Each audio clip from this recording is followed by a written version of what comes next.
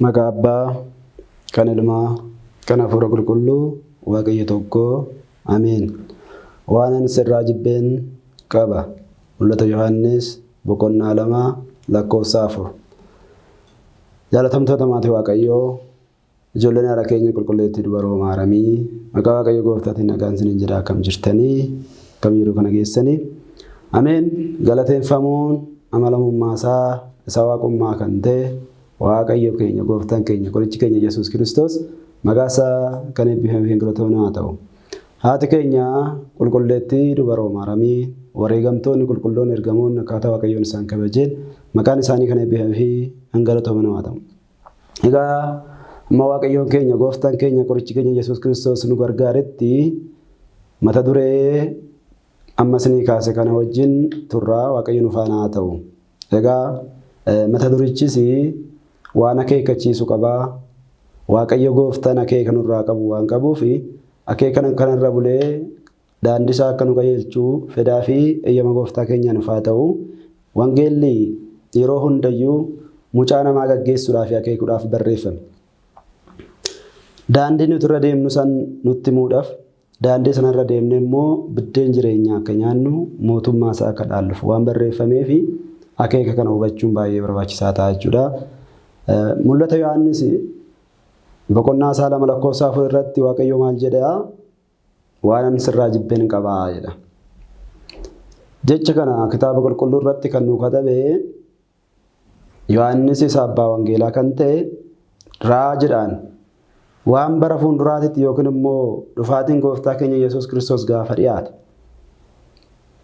waan addunyaa kana keessatti ta'uu fi tajaajila keessatti nu mudatu nutti hime jechuudha.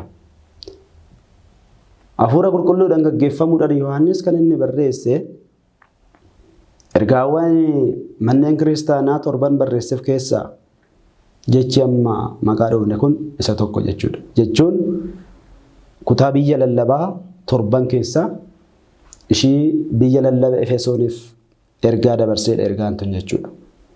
Biyya lallaba Efesoon yookiin immoo kutaa mana kiristaanaa Efesooniif jechi inni dubbate kun maaliif dubbate, ergaasuu ammoo maali kan jedhu gabaabinaan ilaallaa jechuudha. Sababni inni kana dubbateef yeroo sana keessatti bara dhumaatii keessatti gaggeessitoonni mana kiristaanaa anarraas haa ta'u yeroo sana osuma mana kiristaanaa tajaajilanuu, osoo tajaajila isaaniitti cimanuu, osuma hojii gaarii hojjetanuu nama waan ta'anii fi waan xiqqoo dogoggoruu waan hin oolleef isaan akka keechisuudhaaf jechuudha. Daandii isaanitti agarsiisuudhaaf. Kaayyoon isaa isa kana jechuudha. Namni tajaajila keessa jiru miti namni yeroo biraa yookiin immoo iddoo biraa jiruyyuu dogoggoruu hin dhiisu. Sana waan ta'eef tajaajila keessatti wantoonni adda addaa wantoonni sarararraa badan sararratti akka deebi'anii fi kitaaba kana keessatti kitaaba qulqulluu kana keessatti jechi kun barreeffame jechuudha. Jechi kun guutumaa guutuuttis jibba of keessaa kan hin qabne, akeeka kan of keessaa qabu, waan irraa adamne kan nu qajeelchu jechuudha. Kutaa kitaaba qulqulluu kana keessatti boqonnaa 2 lakkoofsa 1 irraa kan gaafa ilaalle waan gaarii kutaa biyya lallabaa kun hojjete. Biyya lallaba Efesoon keessatti waan gaariin hojjetame isaan immoo galateeffachaa dhufe jechuudha. Maqaa kiyyaaf jettee reebamteerta. Dhiphinni adda addaa maqaa kiyyaaf jedhee sirra ga'ee jira. Tajaajila keessatti dhiphatteetta. Kanaafis harka hin kennine. Warroonni duuka bu'oota ofiin jedhan, bartuu gooftaa ofiin jedhan, tajaajiltoota ofiin jedhan garuu tajaajiltoota warra hin taanenis qoramteetta. Isaaniifis immoo harka hin kennine. Isa qofa osoo hin taane warroonni fooniin lafa kanarratti bashannannee jiraannee yeroo biraatis immoo bashannanni keenya kun itti fufaa. Kana jechuun tsoomni, kadhannaan, hojiin hafuura qulqulluu, wareegamummaan hafuura qulqulluu hin barbaachisu warra jedhan wajjininis wal falmaa turte. Isa kanaaf immoo ni galateeffamta. Garuu waan sirraa jibbuun qabaa jedha. Egaa kiristaanota adeemsa tajaajila keenyaa keessatti, adeemsa kadhannaa keenyaa keessatti, adeemsa tsoomaa keenyaa keessatti yeroo hundayyuu Waaqayyo waan nurraa jibbu dhiisnee itti fufuu danda'u qaba. Maal nurraa jibba laata Waaqayyoon? maalimmoo nurraa jaallata akkamitti immoo tajaajiluu qabna kan jedhu kutaa kitaaba qulqulluu kana keessatti amma Waaqayyoon eeyyamanii ilaalla jechuudha. Egaa waan an sirraa jibbeen qabaa egaa jedhee boodatti fufee maal jedha jaalala ishii jalqabaa dhiisteettaadha. Jaalala ishii jalqabaa dhiisteettaa. Jaalalli ishii jalqabaa maal turte laata? Jaalalli ishii jalqabaa gaafa abbaan keenya Addaam fi haati keenya Hewaan uumaman kaayyoo uumamaniif kan beekan Waaqayyo akkamitti jaalatee adda godhee kan isaan uume kan beekan kennaa immoo isaaniif kenne kan beekanidha.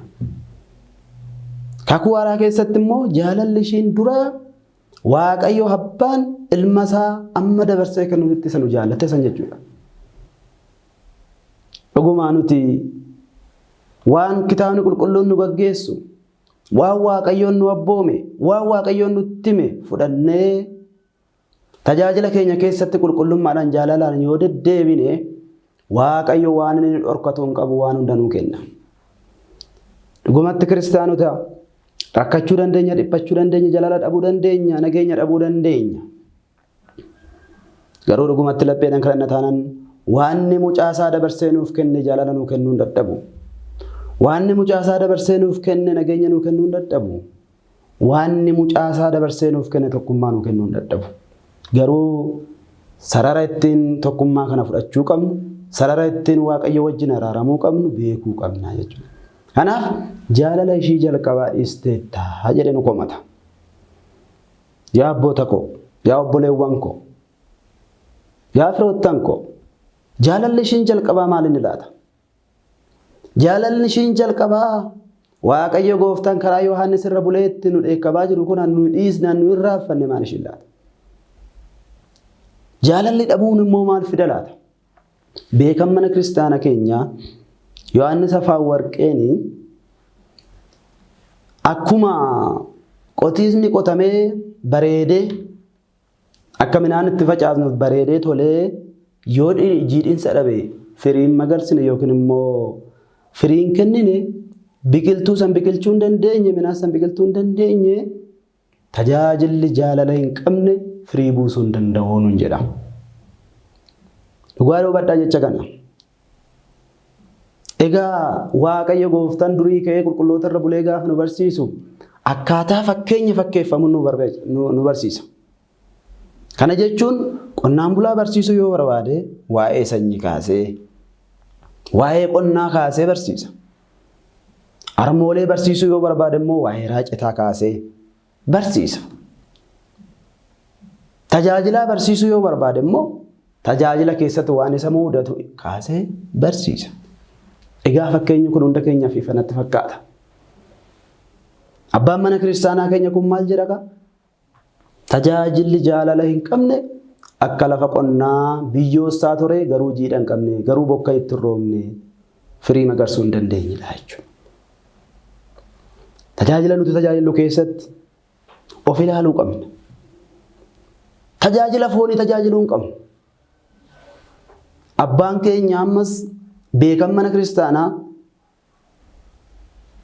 abbaan Yaaredaawii yookiin immoo jeedalloowwan mana kiristaana keenyaa kan nu arjoome Waaqayyo gooftaa wajjin ta'uudhaan hafuura qulqulluudhaan guutamuudha. Jeedalloo mana kiristaana keenyaa mana kiristaana keenya Itoophiyaa qofa keessatti kan argamtu jeedalloo kan nu arjoome Yaaredii soomni nu soomnu tajaajilli nuti tajaajillu lallabni nu lallabnu jaalala hin qabu taanaan lallaba fooniitiin hin jedha. Lallaba foonii tajaajiluu irraa lallaba foonii lallabuu irraa Waaqayyoon nu haa oolchu. Lallabni foonii lubbuudhaaf jireenya kennuu hin danda'u. Lallabni foonii jireenya bara baraa nuu kennuu hin danda'u. Lallabni keenya lallaba lubbuu ta'uu qaba. Lallaba jaalala irratti bu'uureffame ta'uu qaba. Lallaba jaalala irratti bu'uureffame ta'uu qaba. Lallaba laphee keenyaaf ta'u. Qulqullichi Phaawulos ergaa isaa uummata Oromoof barreesse boqonnaa 12 lakkoofsa 1 irratti gaafa ilaalle tajaajila lapheedhaaf ta'u jedha yookiin immoo qoor sammuudhaaf ta'u la'aayimiroo immicha galgiloot jechi aayimiroo jedhu kuni afaan Oromootiin isa hiikaa kallattii yoo dhaberre kana jechuun maal jechuudha? Xiinsammuu keenyaaf bareedaa kan ta'e jechuudha. Tajaajila xiinsammuu keenyaaf gaarii ta'e jechuudha. Tajaajila miira sammuu keenyaatiif bareedaa ta'e, miirri sammuu keenya bareedaa jedhee fudhatee jechuudha. Kana jechuun tajaajilli miira sammuu keenyaatiif hin taane hin jiraa jechuudha. Tajaajila miira sammuu namaatiif ta'u tajaajilaa jechuun tajaajilli miira namaatiif hin taane jira jechuudha. Tajaajila ta'e. Dhugaadha. Lallabaa taanee waa'ee jaalalaa lallabnee, waa'ee nageenyaa lallabnee, waa'ee tokkummaa lallabnee ofii keenya ammoo jaalala hin qabnu yoo ta'e, tokkummaa hin qabnu yoo ta'e, sanyummaa qabna yoo ta'e, inni kun jaalala yookiin immoo tajaajila sammuudhaaf hin taane jechuudha. Dhageeffattoonni keenya dirqama waan ta'eef dhageeffachuu danda'u. Waltajjii mana kiristaanaatti irra dhaabbannee waan jirruuf dirqama nu dhageeffachuu danda'u. Garuu laphee isaanii jaalateeti miti. Sammuu isaanii jaalateeti miti. Maaliif ree qulqullummaa waan hin qabneef, jaalala waan hin qabneef. Sanaaf jaalala irratti kan bu'uureffate tajaajila tajaajiluun baay'ee barbaachisaa akka ta'e kutaa kitaaba qulqulluu kana keessatti ilaallaa jechuudha. Egaa jaalala maaltu balleessa? Jaalala amma gooftaan keenya Waaqayyoon jaalala ishee jalqabaa sanitti deebi'ii jedhenu abboomu gana. Jaalala Waaqayyoon ittiin nutti dheekkamu kana maaltu balleessa? Inni tokkoffaan loladha. Jaalala kan balleessu lola. Wangeela Maatiyos boqonnaa 24 lakkoofsa 12 irratti gaafa laallu lolli baay'achuu irraa kan ka'e jaalalli gidduu namaatitti qorriteetti nuun jedhu. Lolli baay'achuu irraa kan ka'e jaalalli gidduu namaatitti maal taateetti qorriteetti. Yeroo hunda wal komanna yoo ta'e, yeroo hunda wal ceephaana yoo ta'e, yeroo hunda faallaa walii deemna yoo ta'e, jaalalli nu jidduu hin jiru kiristaanota. Dhugumatti kiristaanonni wal ceephaa'uun sirriidha. Ceephuun akkaataa qabaa jechuudha. Akkuma qulqullichi Phaawulos jedhu koottaa wal ceephaana akkuma jedhu wal ceephaa'uun gaariidha. Garuu ceephuu jibboof keessaa qabu miti. Ani wal ceephaa'uu qabna jechuudha. Lola miti. Abboonni akka abbootatti kabajamuu qabu. Tajaajilaan akka tajaajilaatti kabajamuu qaba. Afaan ittiin walitti haasofnu qabnaa jechuudha. Afaan ittiin abbootatti dubbannu, afaan ittiin immoo abboonni ijoollee isaa itti dubbatantu jira. Bara kana keessa garuu sasantu dhabame.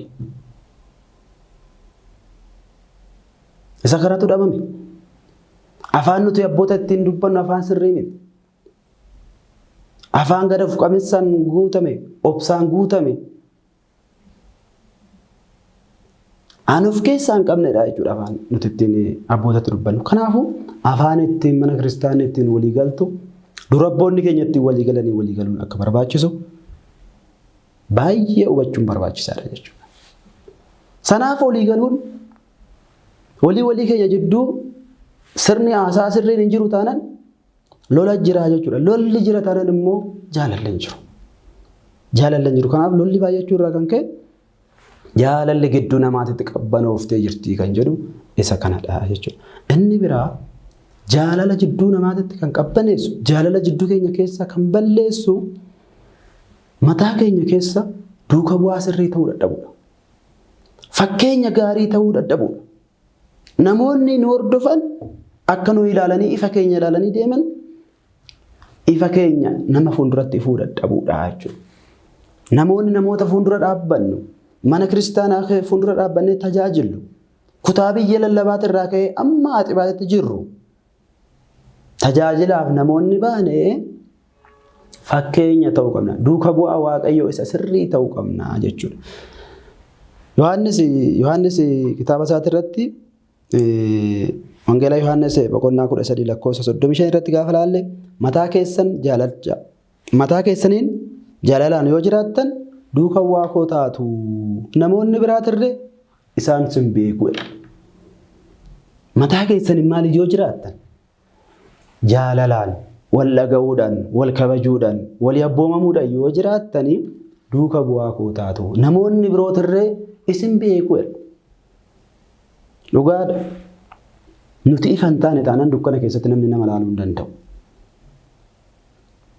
Nuti namoota fakkeenya hin taane taanaan warri tajaajila fuuldura jirru namoota fakkeenya hin taane taanaan namoota biraa abboomuun hin danda'amu jechuudha. Kanaaf duuka bu'aa sirrii ta'uu namni barbaadu, tajaajila Kiristoos ta'uu namni barbaadu, tajaajila mana kiristaanaa ta'uu kan barbaadu, tajaajila isaa kanaan immoo firii gaarii buusuu kan barbaadu Waaqayyo fuulduratti duuka bu'aa ta'ee mul'achuu danda'u qaba jechuudha.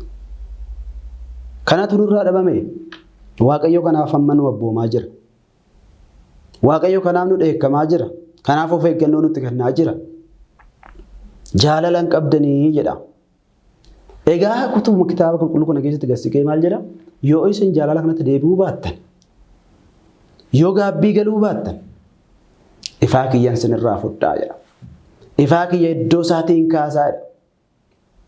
Laampii isa ifu ampoolii kiyya nan kaasaa jedha. Inni kun maal jechuudha? Tokkos aangoo isin qabdan sadarkaa tajaajilummaa keessanii aangoo isinii kenname kana isinirraa fudhaa jechuudha.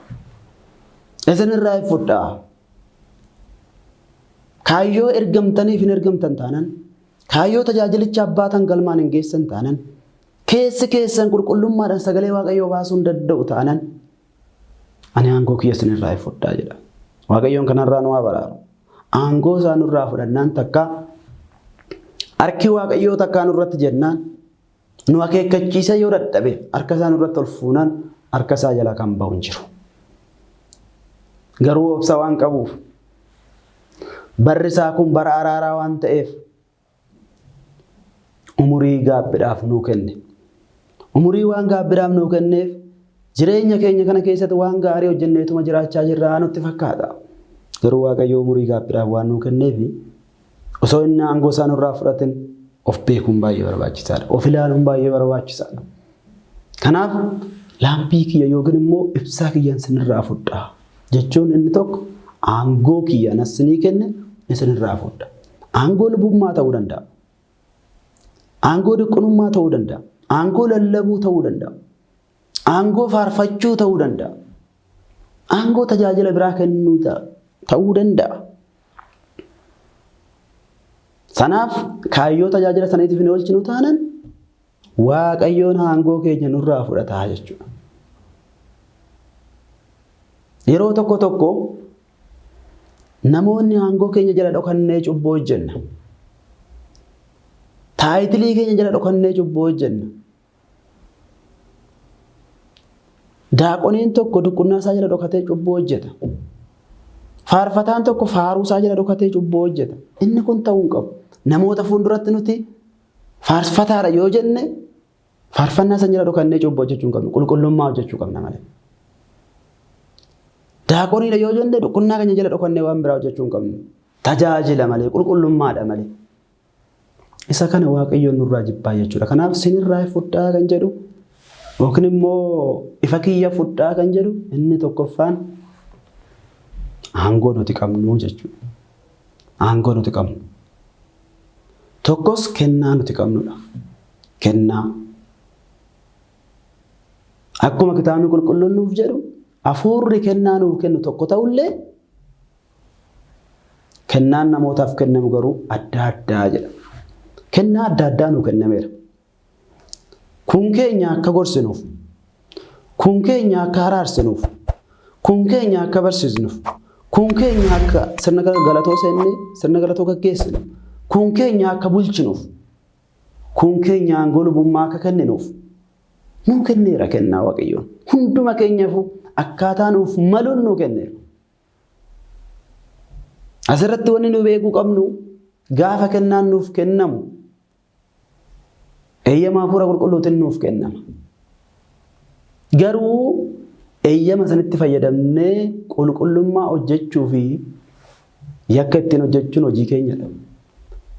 Eeyyama hafuurri qulqulluun nu eeyyamee nu muude sanitti fayyadamnee qulqullummaa hojjennaa yoo ta'e itti weeddifamu, itti galateeffamu, mootummaa Waaqayyoo itti dhaalla.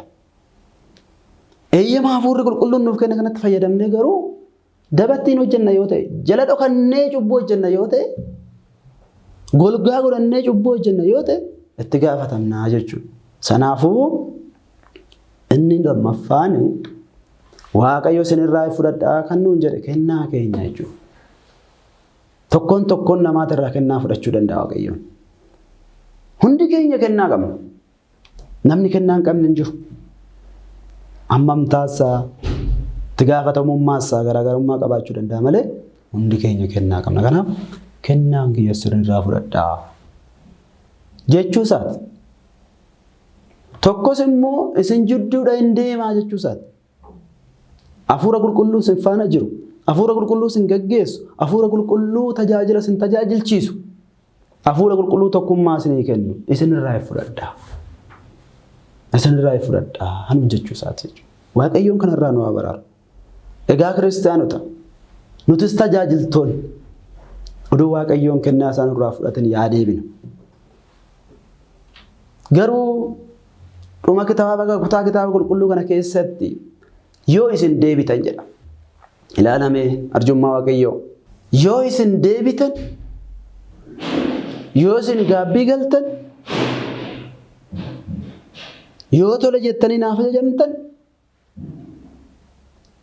burqaa bishaan qulqulluutirraa isinoo baasaa jedha. Burqaa bishaan jireenyatarraa isinoo baasaa. Muka firii gaarii tasin nyaachisaa. Muka firii gaarii tasin nyaachisaa yoo deebitan tole jettanii yoo deebitan nuun jedha kutaa kitaaba qulqulluu kana keessa. Egaa tole yaa jennu, tole jennee yaa deebinu, tole jennee gaafa deebinee kutaa kitaaba qulqulluu kana keessatti waan caafame kana fudhanna waan ta'e. Inni biraa, inni sadaffaani jaalala jidduu namaatirraa kan duubatti harkise, jaalala jidduu namaati kan balleesse, hundumaa jaalalaan gochuu dadhabudha. Hundumaa jaalalaan gochuu dadhabudha. Hundaa jaalalaan gochuu dadhabudha. Garuu Kiristoosin kan hordofnu taanee tajaajiltoota taanee hundaa jaalalaan gochuu dadhabuun jaalala jidduu keenyaa balleesse jechuudha. Tokkoffaa Qorontoos boqonnaa 16:14 irratti gaafa ilaaltan isin biratti hunduu jaalalaan yaa ta'u. Isin biratti hunduu jaalalaan yaa ta'u. Egaa kutaa adda addaa keessatti itti gaafatamummaan nutti kennamuu danda'a. Itti gaafatamummaa bulchuu ta'uu danda'a. Itti gaafatamummaa lallabuu ta'uu danda'a. Itti gaafatamummaa faarfachuu ta'uu danda'a. Itti gaafatamummaa sirna qulqulleessuu raawwannee luba taanee daaqonii taanee tajaajiluu ta'uu danda'a. Adeemsa kana keessatti nama amma taaneef dogoggoruu dandeenya. Dogoggorri jiraachuu danda'a. Dogoggora kana sirreessuudhaaf humna fayyadamuun nu barbaachisu. Aangoo fayyadamuun nu barbaachisu. Furummaa fayyadamuun nu barbaachisu. Gosummaa fayyadamuun nu barbaachisu. Jaalala fayyadamnee sirreessuudha humnaa jechuudha. Kiristoos ikkoo gaafa amma lubbuusaa darbutti dabarfamee nuuf kennamu waa'ee lubbuusaa namoota dabarsaniif iyyuu ni kadhate. Addunyaa tana jaalalaan moo'e. Lolaan moo'uus hin danda'a tureen garuu nu barsiisuudhaaf. Adeemsi jireenya baraatitti nama geessitu, adeemsi fayyinaa, adeemsa jaalalaa ta'uusaa nu barsiisuudhaaf Kiristoos addunyaa tana, Kiristoos diina isaa jaalalaan moo'ee jechuudha. Jaalalaan immoo nu taanaan dhugumatti gara jireenya bara baraatti galuun nu rakkisa. Jaalalaan moo'uu danda'uu qabnaa jechuudha. Aangoo biraa fayyadamuu hin qabnu, jaalalaan moo'uun baay'ee barbaachisaa waan ta'eef. Kana gaafa goone waan hunda xumuruu dandeenya. Xumura waan hunda argachuu dandeenya. Qulqullichi Phaawulos ergaa isaa mata Roome barreesse boqonnaa 13:10 irratti gaafa ilaalle jaalalli seera xumura waan hundaati jedha. Jaalalli seera xumura waan hundaati. Waa hunda isaa gara samiitti kan nu geessitu asaan ragde tajaajila tajaajille, tsooma tsoomne, sagada saganne, waa hunda isaa kan ittiin guduunfamu jaalalaanii jechuudha. Jaalalaan guduunfama hundumti isaatu. Jaalalaan qabnu taanaan hundi isaatu daanduma irratti hafa. Yeroo kana keessa amma tsooma keessa jirra. Tsoomni nu tsoomnu amma sa'aatii 9 amma sa'aatii 6 ta'uu danda'a. Amma sa'aatii 11 ta'uu danda'a. Tsoomnee sagannee jilbiiffannee kadhannee jaalalaan qabnu taanaan garuu duwwaadha. Egaa yaa obboloowwan koo baay'ee hubachuun barbaachisaadha. Baay'ee hubachuun barbaachisaadha. Addatti namoonni tajaajila keessa jiru. Kutaan kitaaba qulqulluu kun tajaajilaaf barreeffame waan ta'eef.